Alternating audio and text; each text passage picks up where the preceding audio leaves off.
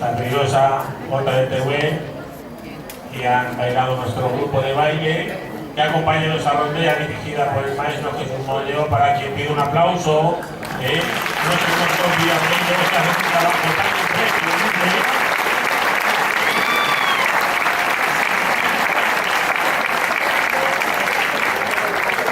Y que ha cantado con esta voz brava, recia y valiente, Iris Jiménez, que seguidamente les va a interpretar dos tonas de estilo. Una joven cantadora, que pese a su juventud, bueno, pues ya tiene una excelente trayectoria en la flora cantada y desde luego un largo y prometedor futuro. Con ustedes, cantándoles dos tonas de estilo, Iris Jiménez.